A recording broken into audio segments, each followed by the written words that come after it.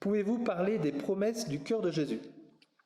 Alors, la tradition, qui ne date pas de Sainte Marguerite Marie, hein, qui est plutôt repris par un espagnol bien plus tard, va chercher dans les écrits de Marguerite Marie et va sortir 12 promesses.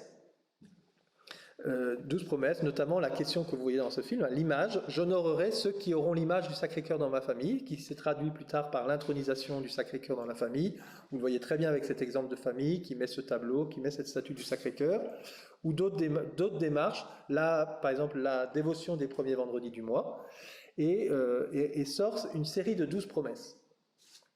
Voilà. Et donc, eh bien, ces promesses du cœur de Jésus ont un certain enracinement dans la vie et dans les écrits de Sainte Marguerite Marie.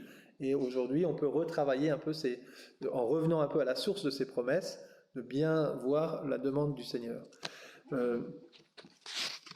Si je me permets de vous dire personnellement, moi, la place des promesses, au fond, le danger de la promesse, c'est qu'on quitte cette gratuité pour le Seigneur. C'est-à-dire, je mets une image pour être protégé.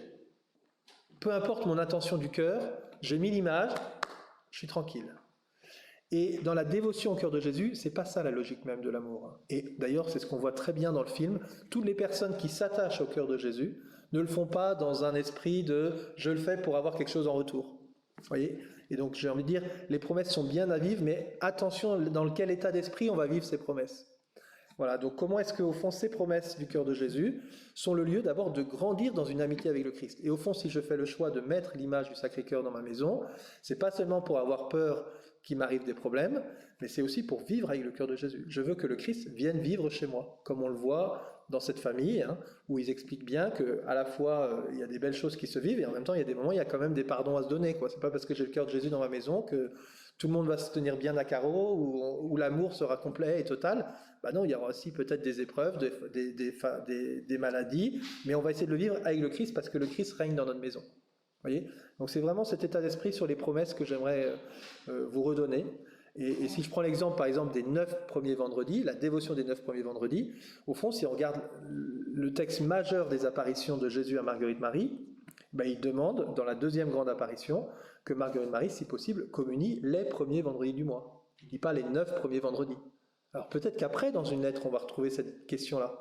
Mais j'ai envie de dire, si vous voulez aimer le cœur de Jésus, ben, communiez tous les premiers vendredis du mois. Vous voyez, on ne va pas dire, ah c'est bon, j'en ai fait 9, les 3 prochains, je laisse un peu en pause, quoi. Vous voyez, ben, en fait, mon désir, c'est d'aimer Jésus, et au fond, c'est un premier vendredi du mois, c'est le 10e, mais j'y vais quand même, vous voyez. Voilà, donc il y a plus, au fond. L'enjeu, ce serait pas de s'arrêter seulement, mais d'entrer dans cette logique de l'amour. Et la logique de l'amour s'exprime chez Marguerite Marie par cette phrase, « Je veux te rendre amour pour amour, je découvre ton amour passionné pour moi, et moi je vais être ton ami. » Donc dans cette amitié, ben, je vais rentrer dans cette dévotion de la communion, je veux mettre cette image de ton cœur dans ma maison, je veux porter sur moi une image du cœur de Jésus. Enfin voilà, plusieurs choses que vous pouvez décider de faire si vous le désirez.